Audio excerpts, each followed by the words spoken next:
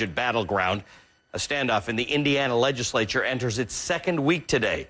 Members of the minority Democratic caucus have fled Indiana to boycott what they consider a predatory Republican agenda. Enough of them are out of the state to stall a vote, allowing their leader to join us this morning. He's one of two Democrats left behind to hold up the Republican agenda. Live from Indianapolis this morning, Indiana's Assistant House Minority Leader, Democrat Scott Pelath. Scott, thank you for joining us. We appreciate you coming to tell us a bit about what's going on in Indiana, while so much of the spotlight's been on Wisconsin, where there's a debate about whether the governor there is trying to take away collective bargaining rights for state public service employees. In Indiana, they don't have those those collective bargaining rights in the first place. So what is this debate about in Indiana? Well, I tell you what, I've never seen such a more committed group of people that believe it's so necessary to stop what they see as a very radical agenda that's transpiring here in Indianapolis. It's really much more expansive than what's happening in Wisconsin. Not only are they trying to dismantle public schools, they're also trying to do away with collective bargaining, not in the public sector, but also in the private sector. We understand that the people sent the Republicans down there to govern, but we also understand that it's our very important responsibility to deny them the ability to move forward with the very most radical parts of what it is that they want to accomplish. What are those? What are the things that you and your caucus are most objecting to? Well, let's talk about education first. Simply, they just don't want to improve the system of public schools. They want to dismantle our public schools. Scott, I'm just going to interrupt you. I'm just going to interrupt you. For our audience that doesn't know what we're talking about, that kind of generalization doesn't really help. I don't think the Republicans are going in saying that we want to dismantle public education. What specifically? Fair enough. Let's fair enough. It's voucher schemes, and they want to gamble tens of millions of taxpayer dollars on sending public school kids to private schools. But they want to do so by taking dollars away from many of our struggling public schools and undermining the constitutional requirement we have here in this state to make sure that every kid has an education free of charge in a system of common schools. And it's not just that they want to reform it, it's that they want to shift every last dollar they can think of away from providing an equal opportunity to every child here in Indiana.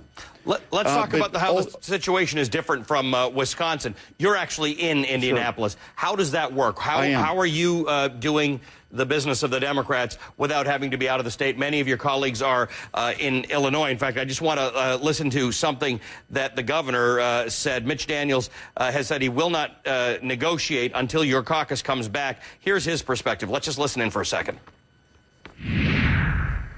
They ran off to Illinois ostensibly over the right to work bill, but as soon as they got what they wanted there, they issued an ultimatum from a hot tub over there with about 10 more items.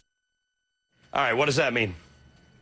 Okay, well, again, that's the governor throwing down the gauntlet, and frankly, it's not very helpful. He knows the reason that we broke quorum, which, by the way, is not running away, it's fighting back, was to ensure that we stopped a number of different measures that in their entirety were intended to approximate an effort to do away with all labor unions in Indiana. If Democrats don't believe in the right of people to come together to improve in each other's lives, we don't believe in much of anything. And the governor is just going to have to give in on a few more things other than the head fake he did with one piece of legislation, trying to claim that's what our efforts to break quorum were about, when frankly they weren't, and he knows they weren't. They were about several different measures that were intended really to drive down wages for the middle class here in this state, and really as part of an effort that's happening across the nation to attack the middle class. Let me ask you this real quickly, Scott. You're walking a fine line here, you and other legislators in states across the country who are doing similar things. You're walking a fine line because you're not in the majority in the House, so the others will claim they've got a mandate. You've got some public support, but at the same time, all of your voters, whether the Democrats or Republicans, would like government to get into the business of governing. They want compromises. They want solutions. At what point does your goodwill run out and you guys are going to have to go back and pass a budget, or at least see a budget passed that you don't like? Well, clearly this ultimately depends on the public, and that's part of the reason that we had to slow things down and give a breather to the radical agenda here in Indianapolis, because the public does have a chance to weigh in. they do need a chance to understand the impact of all these various measures, not just on union laborers, but on all laborers, because we do know that the ability to organize forces all employers in all states to treat their workers fairly and to make sure that, again, we have equality of opportunity for everyone, that it's not just about big business, it's also about people having paychecks they can go spend at those businesses.